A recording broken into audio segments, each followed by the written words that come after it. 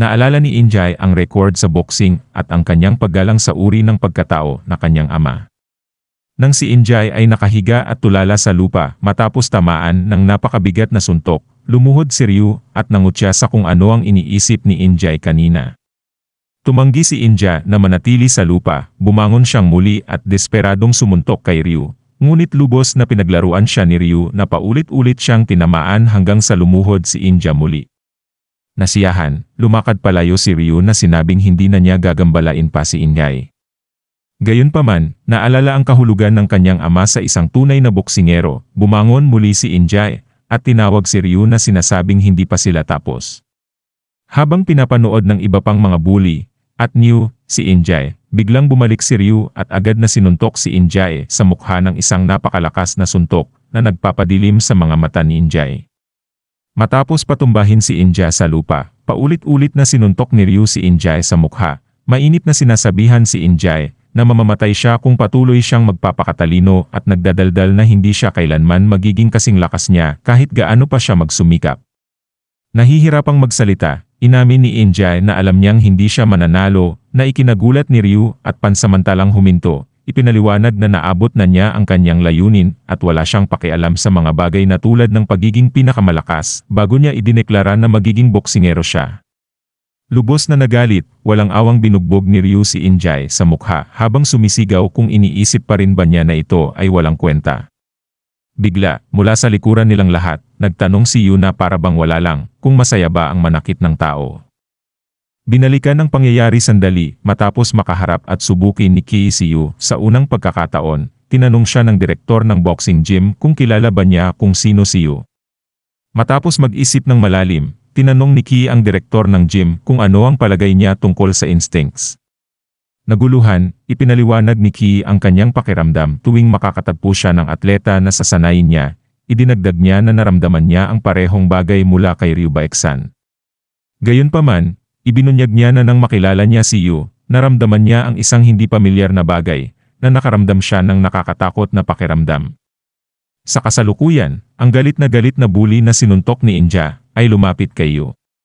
Ngunit si Yu, naalala ang galaw na ipinakita sa kanya ni Ki nang magkita sila, ay pumuwesto sa isang boxing stance at pinatulog ang bully ng isang mabilis na 1-2 labis na ikinagulat ng lahat ng nanonood.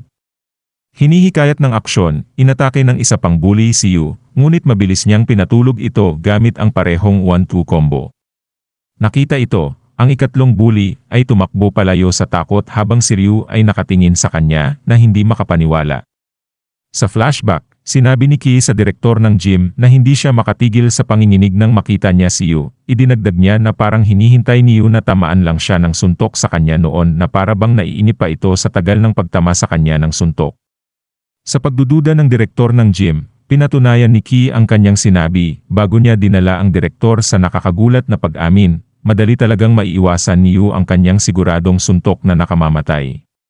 Habang ipinaliwanag ni Ki ang tila supernatural na kakayahan na taglay ni Yu, sinabi niya sa direktor na bagamat nakakita na siya ng maraming henyo hanggang ngayon, hindi pa siya nakakakita ng katulad ni Yu. Sa madaling salita, hindi henyo si Yu, kundi isang halimaw na lumagpas sa kakayahan ng mga tao. Sa kasalukuyan, tumayo si Ryu at tinitigan si Yu na may nararamdamang kakaibang tensyon. Nabagabag sa titig ni Yu, naghanda si Ryu na lipulin siya at umusad na handang sumuntok, ngunit bigla siyang natamaan sa kanang mata ng hindi nakikitang suntok. Bumagsak at sumigaw habang hawak ang kanyang mukha. Tumingala si Ryu kay Yu na may takot sa kanyang mga mata habang tinitingnan siya ni Yu na walang ibang damdamin kundi kawalang pakialam. Nagbalik tanaw si Ryu sa panahong natugunan niya ang kanyang kuryosidad sa pagkaunawa na siya ay malakas at ang iba ay mahina. Nang matuklasan niyang maganda ang pakiramdam ng pagdomina sa iba, patuloy siyang lumaban, nagpakasawa sa idolisasyon, at takot ng iba pati na rin sa pakiramdam ng kanyang kataasan, at hindi nagtagal ay naging sikat siya sa mga taong mahusay lumaban sa bansa. Tuwing may maghamon sa kanya, para patunayan ang kanilang sariling kataasan, nalulugod si Ryu sa pagdurog sa kanila ng lubusan, at ito ang nagpamulat sa kanya na siya ay espesyal. Balik sa kasalukuyan, tahimik at hindi makapaniwala si Ryu habang nakatingin kay Yu, nagtataka kung ano ang tumama sa kanya. Muling pinatibay na isa lamang itong pagkakamali, at siya ang espesyal. Bumangon si Ryu sa tahimik na galit at naghanda na puksain si Yu ng buong puwersa. Habang mabilis na gumagalaw si Ryu kay Yu, bigla siyang sumugod na may right hook. Nakita niyang iilag si Yu, kaya agad binago ni Ryu ang kanyang atake, at bumitaw ng kaliwang suntok, ngunit sumablay ang kanyang suntok nang umilag si Yu at gumanti ng suntok sa tagiliran niya kasunod ng isang suntok sa mukha. Nagbigay si Yu ng walang emosyong walang awang bugbog, na nagpatumba kay Ryu ng walang malay. Bigla, nakita ni Ryu ang sarili na nakatanaw sa lahat ng hindi gaanong talentadong tao, na nagtataka kung nasaan si Yu. Kasabay ng pagtibok ng kanyang puso, bigla siyang lumingon at nakita ang napakalaking Yu na nakatingin sa kanya na may walang buhay na titig. Nagulat, biglang nagising si Ryu mula sa kanyang bangungot sa isang kama sa ospital. Kinuha niya ang ilang minuto upang tanggapin ang sitwasyong nangyayari. Biglang nababalot si Ryu ng emosyon na hindi pa niya nararamdaman dati, ang pagkatalo. Sa unang pagkakataon sa kanyang buhay, umiyak si Ryu na parang bata, na sa wakas ay natikman ang kanyang unang pagkatalo. Samantala, 2 tao sa boxing gym ang nagtangkang magpasikat kay Ki, ngunit walang pakialam na tinanggihan niya sila habang iniisip na gusto niya si Yu, na ibanggit niya na hindi pa siya nakakaramdam ng ganitong kagustuhan dati. Nagtataka ang direktor ng boxing gym kung nasaan si Ryu Baeksan, dahil matagal na itong hindi sumipot. Ngunit nang biglang dumating si Yu sa pintuan, at ikinagulat ng lahat. Tinanong ni Ki si Yu kung handa na ba siyang matutong magboxing ng propesyonal at sumagot si Yu na handa siyang subukan, sa kondisyon na babayaran ni Ki ang ilang mga bayarin sa ospital.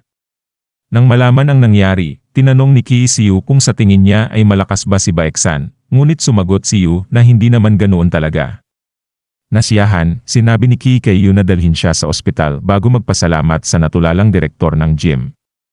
Sa ospital, humanga si Ki sa galing Yu sa pagbugbog kay Baeksan, at nagtaka kung makakabangon pa kaya ang isang tulad ni Baeksan mula sa napakabigat na pagkatalo. Samantala, pinagmamasdan ni Yu si Inja, na natutulog, naalala ang hindi matinag na katatagan ni Injay, bago umalis kasama si Ki.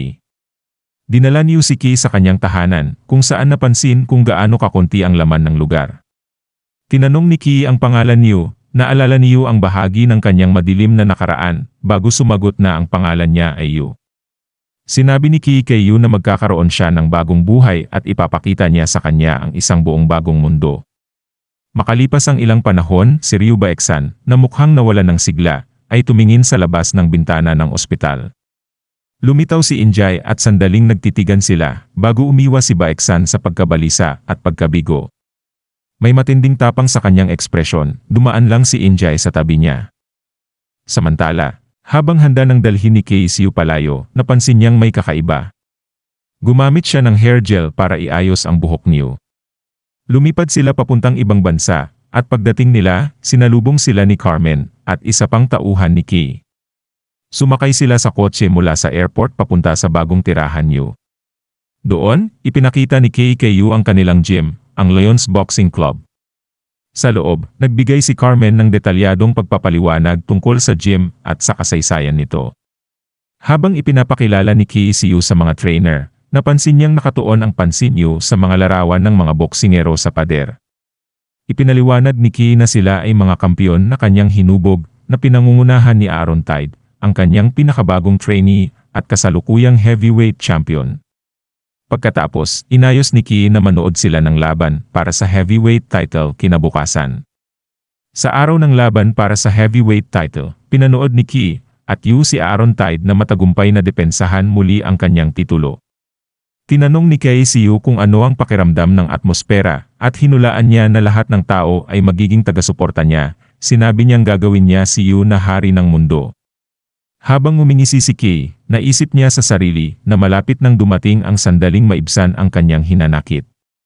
Lipat ang eksena, dahil hindi masaya si Josh sa espesyal na pagtrato kay Yu, hinamon niya si Ki na kung matatalo niya si Yu sa isang laban ng boxing, kailangan tanggapin ni Ki si Josh. Interesado si Ki sa hamon, binago niya ito at sinabi kung makakatama man lang si Josh kay Yu kahit isang beses, gagawin niya itong world champion. At dumating na ang oras ng laban, naalala ni Josh ang kanyang mga pagkadismaya kay Ki, lalo na sa kanyang mga nakamit. Pero, kalmadong sinabi ulit ni Ki na hindi lang talaga sapat ang talento ni Josh sa malaking larangan. Umalis si Josh na nangakong tatalunin niya si Yu. Sa ring, nagulat si Josh habang pinapanood niyang tinuturuan si Yu kung paano magbalot ng mga kamay.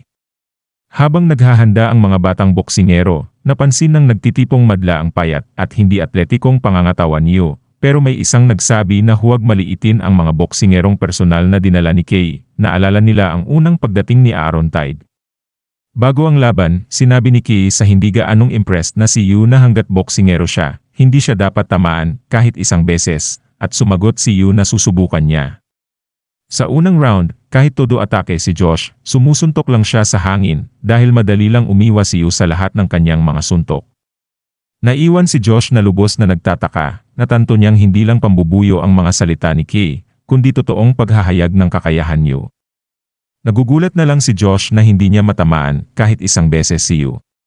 Iniisip niya lahat ng pagsisikap na ginawa niya hanggang sa puntong ito, nagtataka siya kung para saan lahat ito habang patuloy siyang sumasablay sa kanyang mga suntok. Sa pagtatapos ng unang round ng sparring, sinabi ni Kay kay Yu ang pangalawang tuntunin ng boxing, ang pagtama. Samantala, naisip ni Josh na kahit may malaking talento si Yu, mababa naman ang kanyang stamina.